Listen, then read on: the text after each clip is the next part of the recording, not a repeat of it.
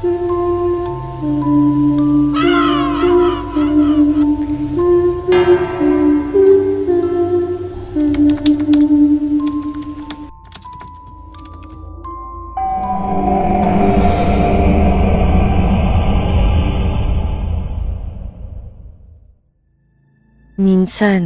sadyang mapaglaro ang tadhana. Sa patuloy na pagdaloy ng buhay, hindi mo malalaman kung sino o ano ang makakasalumuha mo sa daan. Isang magandang araw o gabi sa iyo, Mystery. Ako nga pala si Angel. Ngayon ay nasa late 40s na ako. Pero ang kwento ko ay nagsimula maraming taon na ang nakararaan. Noong puno pa ako ng pangarap at ang aking mga magulang ay may mataas na inaasahan sa akin.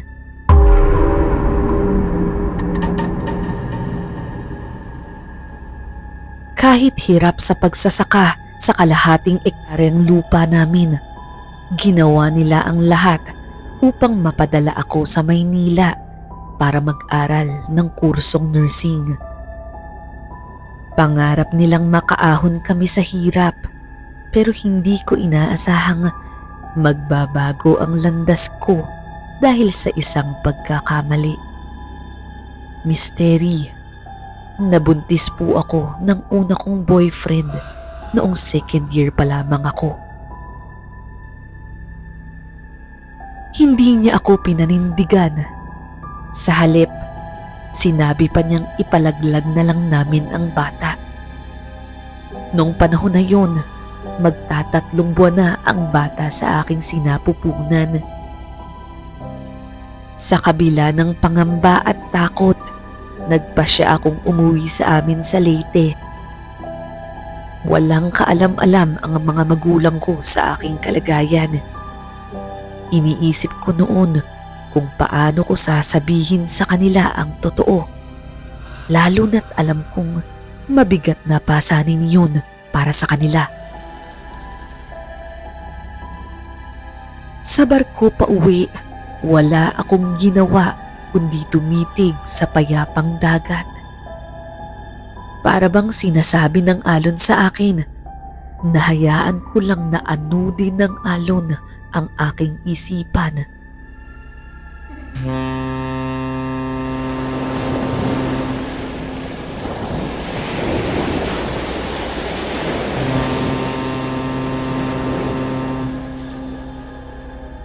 Ngunit hindi nagtagal, may sumira sa katahimikan. Miss, maabala lang kita. Sabi ng isang lalaki mula sa aking likuran. Lumingon ako na medyo iritado. Ano yun, kuya? Pwede bang magtanong kung anong oras na? Napakunot ang noo ko. Kita ko ang relo niya sa kanyang braso, pati ang malaking orasan sa labi ng barko kung saan siya galing. Hindi ko napigilang maging mataray. Kuya, may relo ka naman at may orasan sa labi. Ano yan, props lang? Ang taray mo naman. Oras lang naman yung tinatanong ko, pero ang dami mo nang sinabi. Alam mo, oras na para humanap ka ng iba mong iistorbuhin. Huwag ako, pwede ba? Tsi, dyan ka na nga. Umalis ako at iniwan siya. Pero sa loob-loob ko, alam kong galit ako hindi sa kanya, kundi sa sarili ko. Ganito rin kasi nagsimula ang kwento namin ng dati kong boyfriend. Isang simpleng tanong, tapos naging usap, hanggang sa nahulog ako sa bitag ng panlilinlang. Ngayon, hindi na ako papayag na mapaikot muli sa parehong paraan. Ilang oras na lang at lalapag na ang barko sa pantalan. Habang papalapit ang oras, mas lalo akong nakakaramdam ng kaba at lungkot. Napahawak ako sa aking lumulobong tiyan at nagsimulang tumulo ang mga luha ko.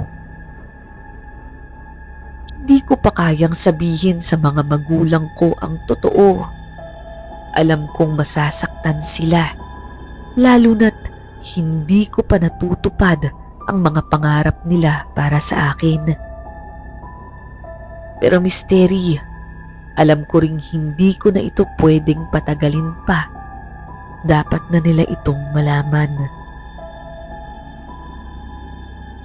Biglang may nagsalita mula sa likuran ko.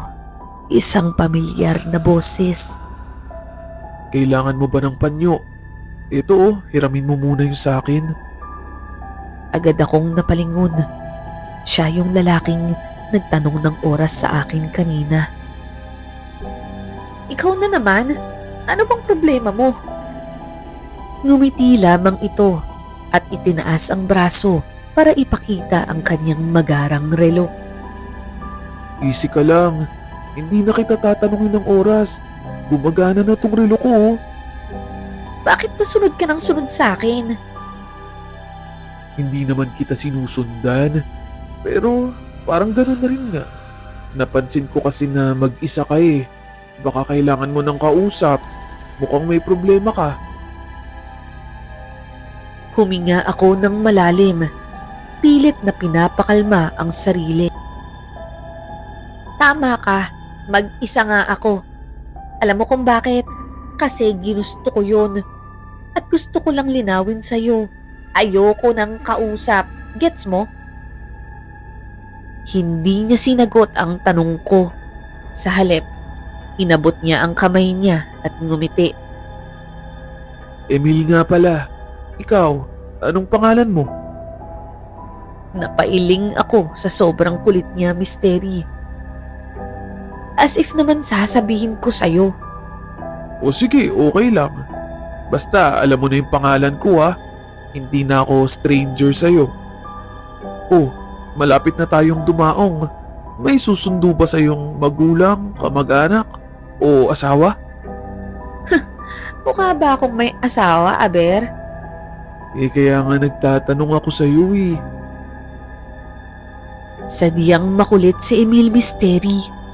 Tipong isang beses mo lang pansinin, higit sa 10 sagot ang isusunod niya. Sa inis ko, nasabi ko na rin ang pangalan ko. Wala na rin akong magawa.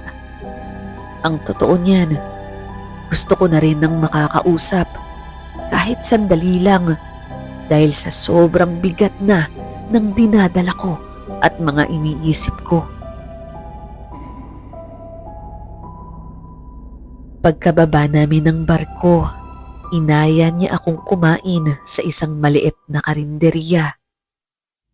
Nagmamadali ka ba?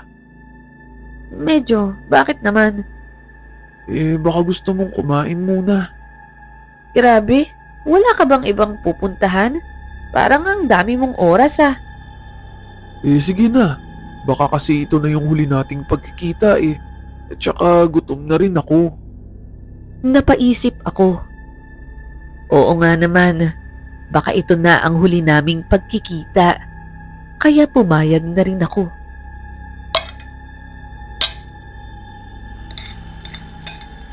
Habang kumakain kami, nagkwekwentuhan kami ni Emil. Napansin niya ang bigat ng loob ko at pilit niyang inaalam ang problema ko. Hindi ko na napigilan ang sarili ko.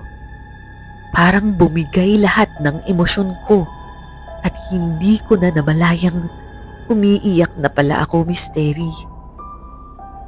Naikwento ko sa kanya ang nangyari sa Maynila, kung paano ako nagkamali at kung bakit ako uuwi sa aming probinsya. Sinabi ko rin kung gaano ako natatakot na harapin ang mga magulang ko. Tahimik lamang si Emil habang nakikinig. Tila malalim ang iniisip niya. O teka, ako na nga yung may problema. Pero bakit parang ikaw yung hindi maipinta yung mukha dyan? Wala. Naisip ko lang kasi kung paano kita matutulungan. Ako? Tutulungan? Paano naman? Kung papayag ka, sasamahan kita sa inyo para hindi ka mag-isa. Nanlaki ang mga mata ko sa sinabi niya. Hindi ko alam kung ano yung isasagot ko. Pero sa gulo ng isip ko, napansin ko na lang ang sarili kong nakasakay sa jeep kasama si Emil. Oo, Misteri. Pumayag akong samahan niya ako pauwi. Sa totoo lang, wala akong ideya kung saan ito hahantong. Pero sa dami ng iniisip ko, hinayaan ko na lang ang pagkakataon. Para bang pakiramdam ko, mas gagaan yung pag-uwi ko kung meron akong kasamang isa pang tao. Halos padilim na nang makarating kami sa lugar namin. 2 taon pa lang akong nawala, pero napakalaki na ng pinagbago. Ang mga dating madidilim at madamong kalsada, nagkaroon na ng poste at ilaw. Ang maputik at mabatong daan noon, sementado na ngayon. Ilang bahay na rin ang naitayo sa paligid. Ang laki na pala ng pinagbago dito sa amin. Talaga? Matagal ka bang nawala dito? 2 taon din. Di naman pala ganun katagal. Habang naglalakad kami sa makitid na daan, bigla akong hinawakan ni Emil sa braso at pinatigil. Oh, bakit? Napakunot ang noo ko. Agad pumasok sa isip ko. Siraulong lalaki ba to? May balak ba siyang masama sa akin at dito pa talaga sa madilim na kalsada? Huwag kang maingay. May sumusunod sa atin. Biglang nanlamig ang katawan ko sa sinabi niya. Ano? Sigurado ka ba? Ramdam ko ang lakas ng kabog ng dibdib ko. Parang umaakyat lahat ng hangin sa ulo ko. Lalong bumigat ang pakiramdam ko nang makita ko ang ilaw ng poste sa kabilang kanto. Nagpa-flash pa na patay sindi.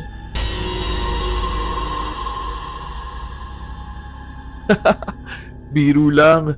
Kinabahan ka naman agad. Loko-loko ka talaga. Huwag mo nang uulitin yan. Baka masapa kita. Akala ko talaga seryoso na. Relax ka lang. Inaalis ko lang naman yung kaba mo. Saglit akong natahimik. Doon ko nga napagtanto. Oo nga pala. Sa buong biyahe namin ni Emil, nakalimutan ko ang mga alalahanin ko kahit saglit lang. Emil, salamat ah. Para naman saan? Hindi sa pagpapagaan mo sa loob ko. Wala yun. Pagtapos nito, syempre uuwi na rin ako. Kaya gusto ko kahit paano makatulong ako sa'yo. Oo nga pala.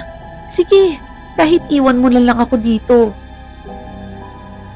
Hindi ito sumagot at bigla siyang tumakbo ng mabilis. Takbo, Angel! May sumusunod tayo! Agad naman akong tumakbo rin kahit naiinis. Kitang-kita ko ang ngiti at pang-iinis sa kanyang muka.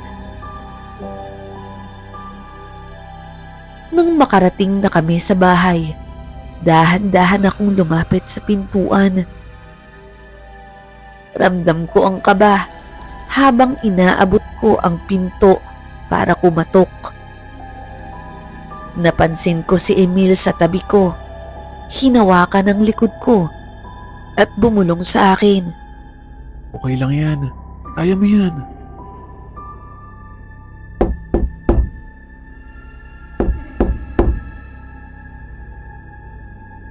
Ilang katok pa lang, bumukas na agad ang pinto. si Inang ang una kong nakita. Kita ko ang pagkagulat sa mukha niya at maluha-luha ang kanyang mga mata habang niyakap ako ng mahigpit. Angel, anak, anong ginagawa mo rito? Bakit hindi ka man lang nagsabi na uuwi ka na pala? Biglaan lang po, Inang. Si Itang, nasan po siya? Gabriel! Gabriel! Halika dito sa labas! Si Angel dumating! Papapasukin na sana ako ni Inang nang mapansin niyang may kasama akong lalaki. Bigla siyang napatigil at tinignan si Emil mula ulo hanggang paa. May kasama ka pala, anak. Nag-alangan akong sumagot. Hindi ko kasi alam kung paano ko ipapaliwanag na isang estranghero lamang ang kasama ko. Si Emil po, Inang. Ano kasi? Bigla namang sumingit sa usapan si Emil. Magandang gabi po, Inang. Kasintahan po ako ni Angel. Muntik malaglag ang pangako sa sinabi niya. Agad akong napalingon sa kanya. Gulat at hindi makapaniwala. Ngumiti lamang siya ng nakakaloko habang si Inang hindi malaman kung paano titingin. Halos hindi maipinta ang muka. Gabi na nang makarating kami sa bahay. Tuwa at emosyon ang bumalot kay Itang at Inang nang makita nila ako. Halos pareho silang naluluha sa pagkikita namin. Ngunit katulad ng inaasahan ko, nagtaka sila nang makita nilang may kasama akong lalaki. Bago pa man ako makapagpaliwanag, si Emil na mismo ang sumagot sa mga tanong nila. Itang, Inang, kasintahan po ako ni Angel.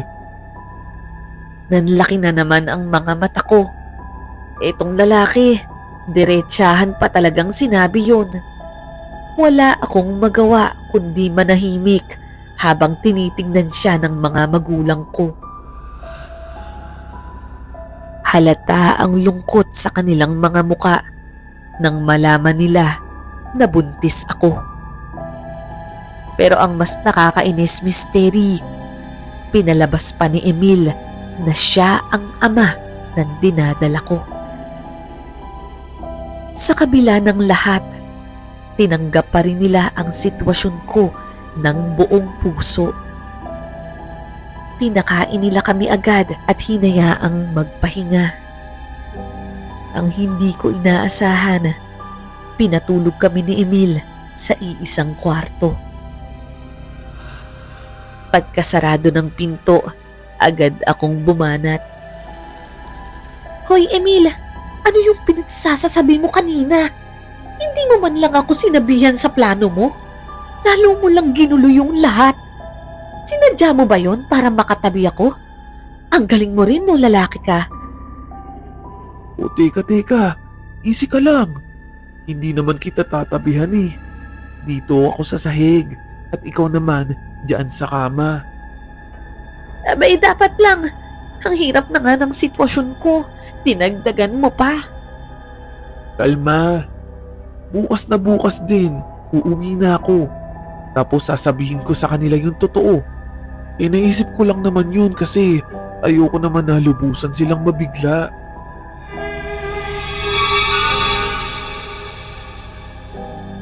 Lumalim ang gabi. Nagising ako dahil sa matinding sakit ng tiyan ko. Ibang klase ito, Misteri. Para bang pinupunit ang laman ko. Nahihirapan akong makatayo. Sa isip ko, baka galing ito sa kinain namin sa karinderya. Pagdungaw ko kay Emil sa sahig, wala siya sa higaan niya. Pinilit kong tumayo kahit hirap na hirap ako nang bigla kong narinig ang mabibigat na yabag sa bubong. Sinabayan pa ng tunog ng isang pusa.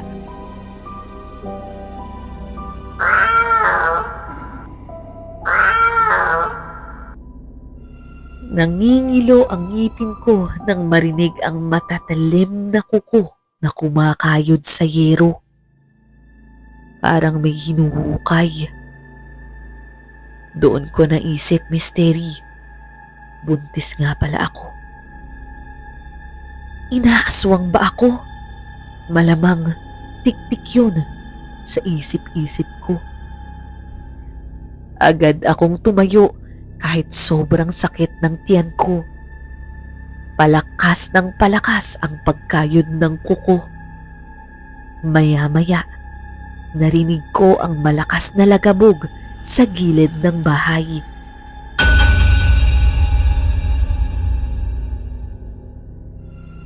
Biglang nawala ang sakit ng tiyan ko, kaya nakatayo agad ako. Pagbukas ko ng pinto, si Inang at Itang ang bumungad. Angel, anak! Anong nangyari? Inang, may kung anong bagay na nasa bubong natin. Ano? Baka inaaswang ka! Agad kumuha si Itang ng buntot pagi at lumabas ng bahay. Pilit siyang pinipigilan ni Inang, pero galit na galit si Itang. Bigla namang lumitaw si Emil mula sa likuran namin. Anong nangyayari? Bakit gising pa kayo? Nasaan ka ba galing? Nagbanyo ako. Nasira ata yung tiyan ko sa kinain natin kanina sa karinderya eh. Habang nagsasalita ito, napansin ko ang sugat sa kanyang binti. Oh, bakit may sugat ka dyan? Oo nga pala. May nakausling pa ako kasi dun sa kahoy. Nagasgasan ako. Pero ayos lang. Bakit nga pala kayo nasa labas ng kwarto? May tik-tik sa bubong kanina. Mukhang si Angel ang punteriya. Emil, pakitingnan mo naman si Itang. Lumabas siya para hanapin yung tik-tik. Palabas na sana si Emil nang makita naming pabalik na si Itang. Nagmamadali. Ano, Gabriel? Nakita mo ba? Wala. Pero may mga bakas. May hawak si Itang na piraso ng balahibo. Misteri, hindi ito ordinaryong balahibo. Parang sa isang kakaibang hayop o nilalang ito galing. Ayon kay Itang, may dugo rin daw sa gilid ng pader at sahig. Labis ang pag-aalala ng mga magulang ko, kaya sinamahan ako ni Inang sa kwarto. Si Itang naman ay natulog sa sala, habang si Emil ay nanatili sa sahig ng kwarto namin. Noong gabing yun ay hindi ako halos nakatulog. Paulit-ulit na bumabalik sa isip ko ang mga yabag, ang pagkayod ng mga kuko sa bubong, at ang ideya na may aswang sa paligid. Habol-habol ang laman ng sinapupunan ko.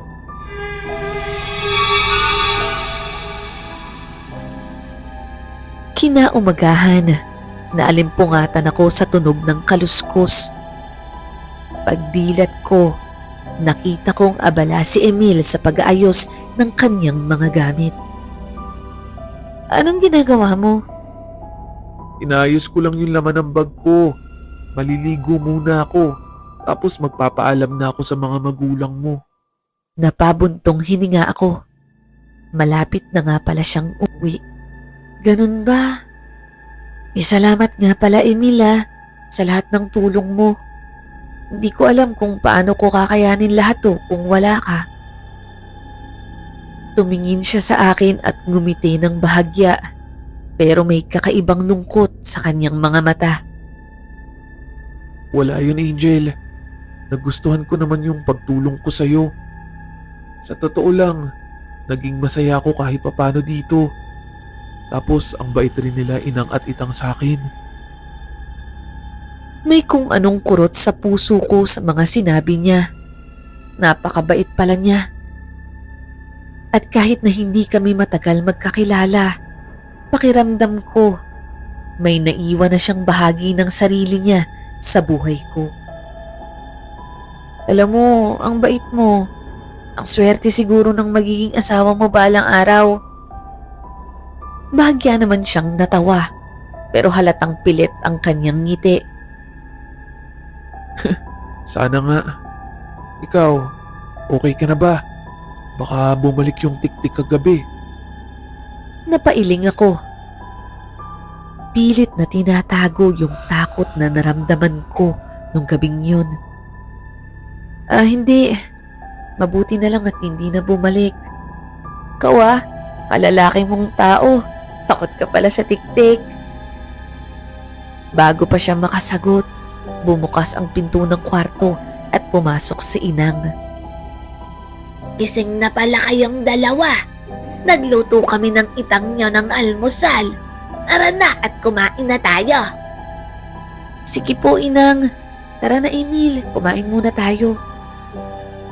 Habang pababa kami, napansin ni Inang ang gamit ni Emil.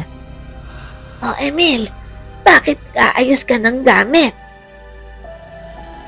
Tumingin ako kay Emil at pilit na nginitian siya.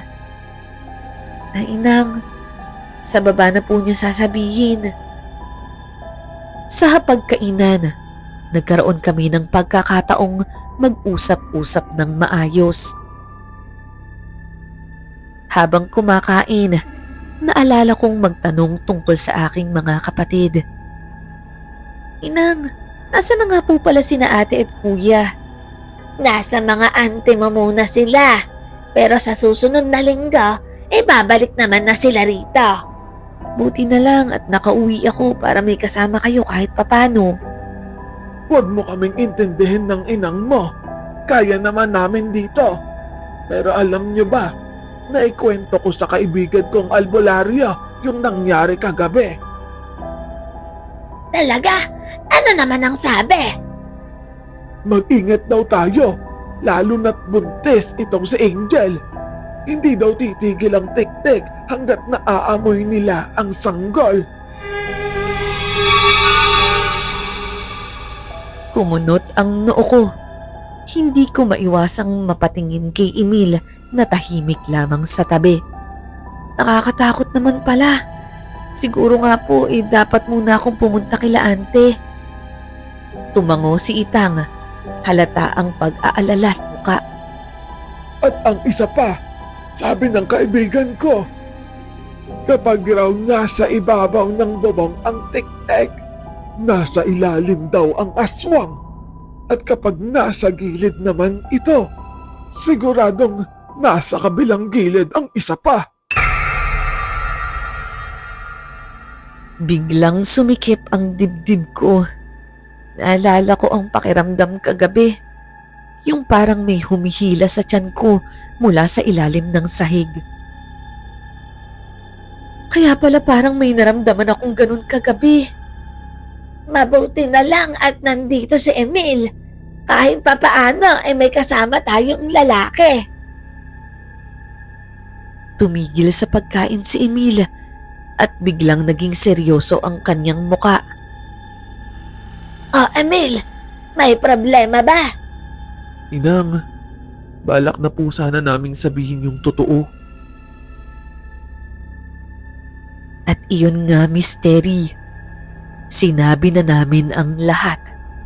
Ang dahilan ng pagbubuntis ko at kung paano kami nagkakilala ni Emil at kung bakit siya ang kasama ko ngayon. Halos magwala si Itang. Hindi niya matanggap ang kahihiyan na dulot nito sa pamilya. Bukod roon ay awang-awa rin siya dahil sa pag-iwan sa akin ng dati kong kasintahan. Nag-iiyak naman si Inang. Pilit pinipigilan si Itang na sumigaw at magmura. Ang bigat sa dibdib ko, Misteri. Pakiramdam ko, para akong nabasag na salamin sa harap nila. at hindi ko na maibabalik pa ang tiwala at pangarap na binuo nila para sa akin. Pagkatapos ng almusal, hindi na kami halos nakapag-usap ni Emil. Nahihiya ako sa kanya, Misteri. Alam kong hindi niya kailangang madamay sa kaguluhan ng aking buhay.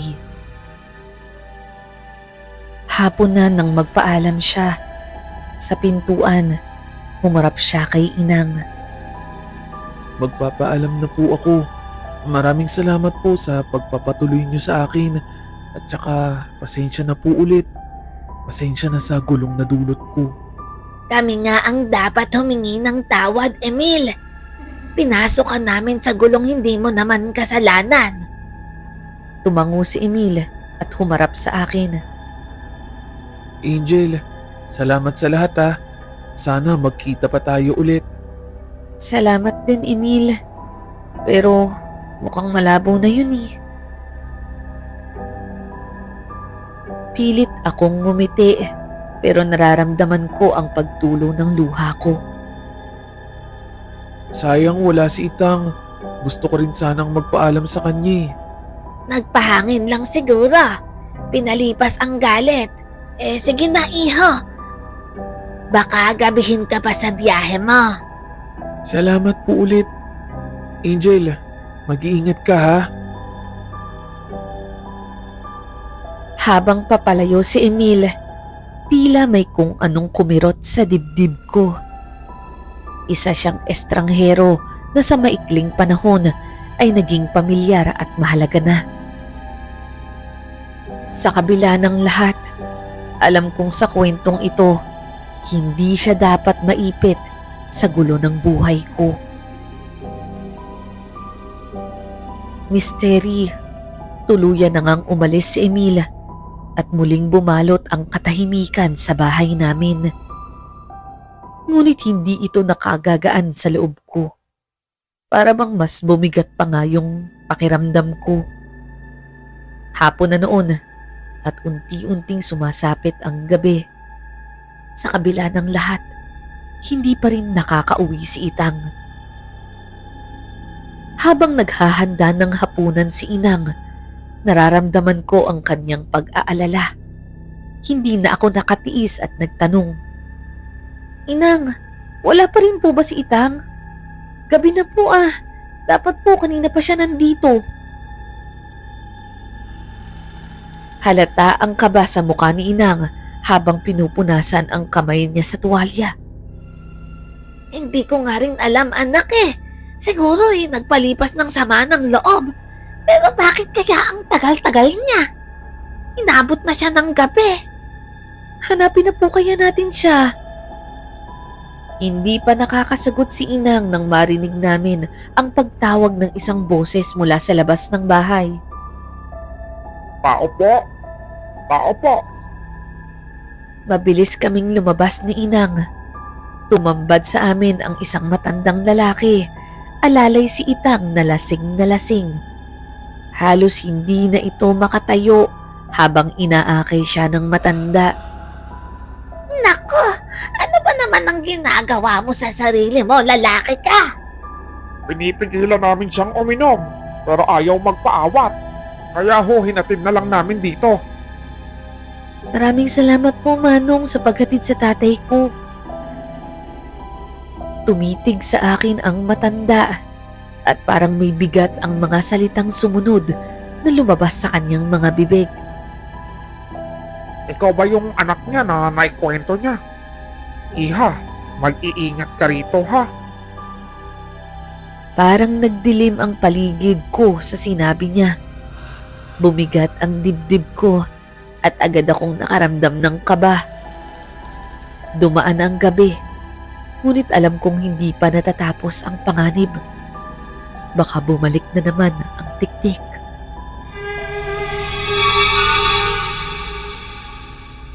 Inakay namin si Itang papasok ng bahay, ngunit hirap na hirap kaming buhatin siya. Sa bigat niya, napagdesisyon na namin na sa sala na lang muna siya mahiga. Pasimple kong tinignan si Inang. Halata ang pagod at pag-aalala sa kanyang mga mata. Magpahinga ka na muna sa kwarto mo, Angel. Ako na ang bahala dito sa tatay mo. Dahil sa sobrang pagod at antok, pumayag na ako at dahan-dahang nagpunta sa aking kwarto. Hindi ko na namalayan na napalalim na ang tulog ko. Nagising ako nang biglang may maramdaman na muling pagsakit ng tiyan ko. Ibang klaseng sakit na naman ito. Parang hinihila ang kaloob-looban ng katawan ko. Naramdaman ko rin ang pamilyar na tunog sa bubong. May naglalakad na naman. Pinilit kong bumangon kahit nanghihina pa ang katawan ko. Nagpalinga-linga ako at nang marinig ko ang bigat ng yabag sa bubungan. Alam kong ang tik-tik na yun. Kaya lalong lumakas ang kaba ko. Hindi ko na napigilan ang sarili ko at sumigaw. Inang! Inang! Nagmamadali si Inang pumasok sa aking kwarto. Bitbit ang buntot pagi, asin at bawang. Kitang-kita ko sa kanyang muka ang takot, pero pilit niyang pinapanatili ang lakas ng loob. Huwag kang matakot, anak. Hindi kita pababayaan. Magdasal lang tayo, ha? Habang nagdarasal kami, lalong bumibigat ang yabag sa bubong. Tumutunog ang yero sa bawat hakbang ng kung anumang nilalang ang nasa itaas. Hanggang sa nadinig naming hindi lamang isa ang naglalakad. Marami na sila, misteri. Lalo akong nilapitan ni Inang. Hawak ang asin at inaalalayan ako. Binalak niyang sumilip sa bintana para maghagis ng asin, ngunit hindi pa siya nakakalapit. Biglang natanggal ang bintana at tumambad sa amin ang isang nakakatakot na nilalang. Halos hindi kami makahinga parehas dahil sa sobrang takot. Ang nilalang ay puno ng makakapal na buhok na parang hindi tinatablan ng tubig. Ang mga mata nito ay pulang-pula at ang paligid ng mga mata niya ay nangingitim. Para bang ilang taon na itong hindi natutulog. Naglalaway din ito at kahit nakasara ang labi, kitang-kita mo ang mahahaba at matutulis na pangil na tila handang bumaon sa laman mo. Napatigil si Inang sa sandaling iyon, pero agad siyang natauhan at sinaboy ang asin sa nilalang. Napahiyaw ito ng malakas, tila nasunog ang balat nito. Ang amoy ng nasunog na buhok at laman ay pumuno sa aming kwarto. Pero may isang pagkakamali si Inang. Dahil sa sobrang taranta, naubos niya ang buong garapon ng asin sa isa lamang saboy. Inang, paano yan? Wala na tayong asin. Habang umuungol ang aswang sa sakit, mabilis itong umatras at tumakbo palayo. Ramdam ko ang bahagyang pagluwag ng dibdib ko, ngunit hindi rin iyon nagtagala. Agad akong inilalayan ni Inang para makaalis kami sa bahay. Angel, kailangan nating umalis na. Bilisan natin. Ngunit sa pagbukas namin ng pinto ng kwarto, biglang tumambad sa amin ang isa pang aswang. Mas malaki ito at mas nakakatakot. Ang mga mata nito ay nanlilisik at habang naglalaway ito, tila may pananabik na kagatin kami. Hindi pa kami nakakagalaw nang bigla nitong sinunggaban si Inang at sinakal ng mahigpit sa leeg. Inang! Halos maiangat si Inang mula sa sahig dahil sa lakas ng aswang. Nanlilisik ang mga mata nito habang tila unti-unti nitong hinihigpitan ang sakal sa kanya. Kahit sumasakit ang tiyan ko, pinilit kong tumayo at paulit-ulit na pinaghahampas ang braso ng aswang gamit ang mga kamay ko. Bitiwan mo si Inang! Pero parang bato ang braso nito, Misteri. Hindi man lang natinag. Nakita kong namumula na ang mukha ni Inang at hirap na siyang huminga. Naluha ako sa takot at desperasyon, ngunit sa sandaling yun, biglang napasigaw ang aswang. Napalingon ako at nakita ko si Itang sa likuran ng nilalang. Hawak niya ang buntot pagi at buong lakas na hinataw muli ang likod nito. Napabitiw ang aswang kay Inang at napaluhod sa sahig. Sa sobrang galit, isa pang malakas na hampas ang pinakawalan ni Itang, dahilan upang mamilipit sa sakit ang nilalang. Umalis na kayo! Lumayo na kayo rito! Hinawakan ko si Inang na halos hindi na makatayo. Ang kamay niya'y nanginginig habang inaabot ang braso ko para makapaglakad kami palayo. Sa sobrang taranta, sinubukan naming tumakbo, ngunit bago pa lang kami makatakbo, nahawakan ng aswang ang binti ni Itang. At dahil nga sa kanyang pagkalasing, nawala ng balanse si Itang at napabagsak sa sahig. Tumigil kami ni Inang para balikan siya, ngunit sumigaw si Itang. Tumakbo na kayo! Huwag niyo na akong balikan pa! Pinilit naming sundin ang utos ni Itang. Masakit man sa kalooban, iniwan namin siya habang nakikipagbuno sa aswang. Nakita ko siyang nilalabanan ang nilalang gamit ang buntot pagi. Pinipigilan ito na makalapit sa kanya. Pagkalabas namin ni Inang sa bahay, akala ko ligtas na kami, Misteri. Pero hindi. Dalawa pang aswang ang nag-aabang sa labas. Ang isa ay mas matangkad, habang ang isa naman gumagapang sa lupa na parang isang hayop. Mabilis na gumawa ng paraan si Inang.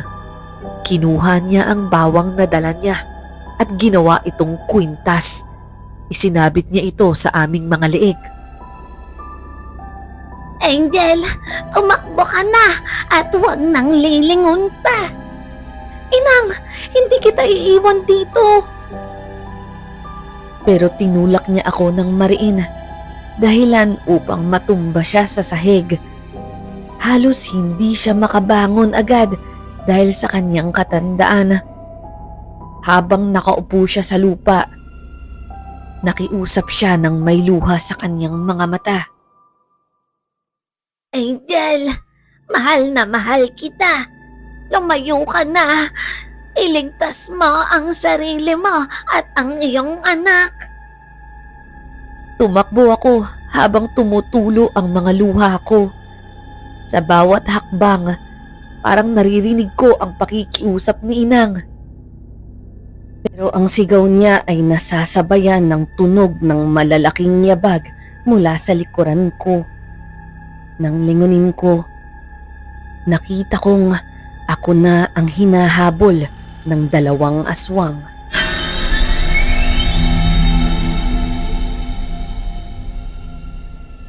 Ang isa'y tumakbo ng nakayuko, habang ang isa gumagapang sa lupa na parang isang malaking aso.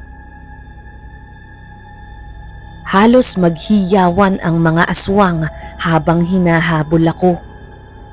At doon ko napagtanto, ako talaga ang pakay nila. Marahil dahil yon sa pinagbubuntis ko. Pero hindi ako makakapayag na masayang yung pagsasakripisyo ng mga magulang ko. Ang dilim ng paligid ay tila yumayakap sa akin. Habang tumatakbo ako sa kahabaan ng kalsada, wala akong ibang magawa kundi umiyak at magdasal ng paulit-ulit. Diyos ko, tulungan niyo po ako. Ayokong mamatay dito at ayokong mawala ang baby ko. Wala akong makitang bahay na malapit dahil ang mga kabahayan dito ay magkakahiwalay ng halos 1 kilometro ang layo. Kahit madilim at ramdam ko ang panghihina ng katawan ko, hindi ako huminto sa pagtakbo. Naririnig ko ang mabilis na yabag ng mga aswang sa likod ko. Ang hininga nila'y parang mabibigat na ungol ng gutom. Habang tumatakbo, naramdaman ko ang malamig na hangin sa likuran ko. Nang lingunin ko, halos abot kamay na ng isang aswang ang buhok ko. Halos hindi na ako makahinga sa sobrang takot. Pero pinilit kong lumaban sa kabila ng lahat. Nang hihina na ako, Misteri, pakiramdam ko, hindi nakakayanin ng katawan ko ang humakbang pa. Parang unti-unti nang nawawala ang hininga ko at naiisip ko na lang na baka hanggang dito na lang ang buhay ko. Napaluhod ako sa mabatong kalsada. Ramdam ko ang kirot sa tuhod ko at lamig ng lupa. Sa madilim na kanto, nakakita ako ng isang lalaki. Sa una, dahan-dahan lang siyang naglalakad papalapit. Pero maya-maya, bumibilis ang kilos niya. Bigla na lang siyang tumakbo patungo sa akin. Nilingon ko naman ang dalawang aswang na patuloy pa rin ang habol sa akin. Malapit na sila. Masyado nang malapit. Pero Misteri, wala na akong lakas para tumakbo pa ulit. Sa tindi ng takot ko at pangangatog, naaalala ko ang bawang na nakasabit sa leeg ko. Mabilis kong kinuha ang isa sa mga bunga nito, hawak ng mahigpit sa nanginginig kong mga kamay. Handa na akong ipagtanggol ang sarili ko kahit wala na akong natitirang lakas. Habang papalapit ng papalapit ang lalaki mula sa kanto, bigla akong natigilan. Ang kanyang anyo ay unti-unting nagbago. Ang mukha niya na dati korteng tao, biglang humaba ang nguso.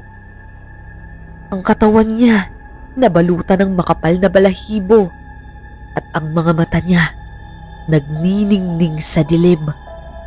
Sa isang iglap, nagsimula siyang maging isang mabangis na aso at bigla siyang tumalon papunta sa akin.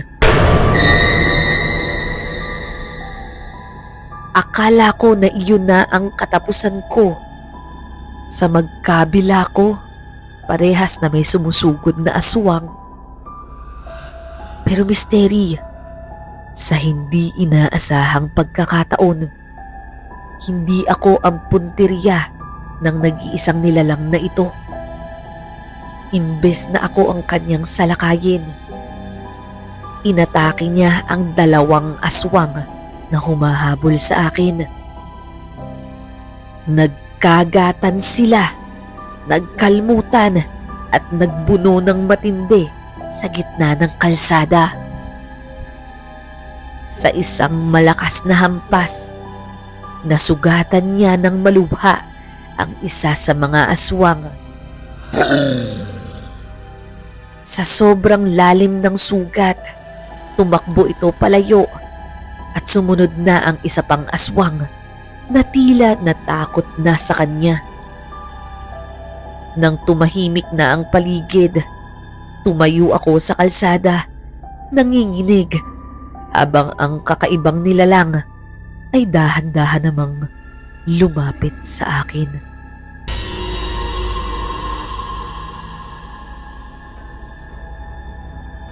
Habang papalapit siya, panay ang kabog ng dibdib ko. Hindi ko alam kung dapat ba akong tumakbo o magpasalamat. Ngunit nang makita ko ang mga mata niya, bumaha ang luha ko. Si Emil Misteri. Siya ang nagligtas sa akin.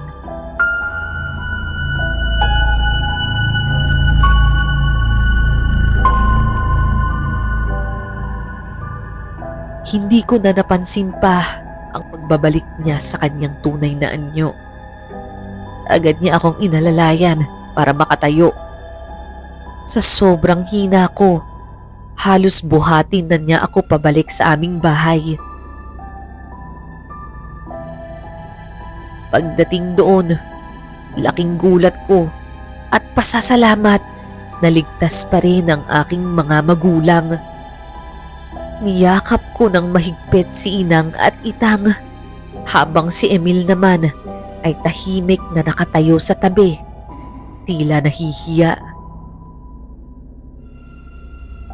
Nagulat ang mga magulang ko nang makita nila at malaman na si Emil ang nagligtas sa akin. Doon, inamin na niya ang matagal na niyang itinatago. Tama nga ang hinala mo, Misteri, at ng mga tagapakinig mo. May lahi siyang aswang, at siya ang aswang na nagligtas sa akin. Pero ipinaliwanag niya na iba siya sa mga aswang na umatake sa amin. Angel, mula ako sa malayong henerasyon ng lahi ng mga aswang. Pero hindi ako kumakain ng tao. Hindi ko rin hinahanap yung dugo nila katulad ng mga aswang na umatake sa'yo. Inamin din niya na noong unang gabi na may aswang na pumunta sa bahay namin, sinubukan na niya akong iligtas noon pa man. Ang bakas ng dugo sa labas ng bahay, siya ang dahilan noon. Dahil nakipaglaban siya para lang mapalayas ang mga nilalang na yon. Hindi niya ito sinabi dahil ayaw niyang madagdagan ang takot namin. At ayaw niya rin sana na malaman ko ang katotohanan tungkol sa kanya. Misteri, simula noon, mas napalapit si Emil sa pamilya namin. Dahil sa kabutihan niya at sa sakripisyong ginawa niya, unti-unti ring nahulog yung loob ko sa kanya. Hindi ko na maitago yung nararamdaman ko at alam kong ganoon din siya sa akin. Ngunit kahit mahal namin ang isa't isa, parehas kaming nag-aalinlangan kung ipagpapatuloy namin yung pag-iibigan namin. Sa ngayon, Misteri, isa na akong registered nurse. Hindi na rin ako nag-asawa ng iba. Ang anak ko naman ay nasa kolehiyo na, nag-aaral bilang isang abogado. Hindi man kami naging mag-asawa ni Emil, nanatili kaming magkaibigan. Madalas pa rin kaming magkita at sa bawat pagkakataon, nararamdaman ko pa rin ang pagmamahal niya. Hindi lang sa akin, kundi sa anak ko at kay inang at itang. Pero tumatanggi siyang gawing mas malalim pa yung relasyon namin. Angel, mahal kita, alam mo yan. Pero hindi ko kayang bigyan ka ng normal na buhay. Ayokong madamay ka sa sumpa ng lahi ko. Hindi na ako nagmahal pa ng iba. Hindi ko na hinanap ang pag-ibig mula sa ibang lalaki. Dahil ang puso ko nananatili para sa kanya. Ngayong naiisip ko ang lahat ng nangyayari, maraming bagay ang napagtanto ko. Sa kabila ng takot, sakit at pagkawala, natutunan kong hindi laging ang dugo o pagkatao ng isang tao ang nagtatakda ng kanyang kabutihan.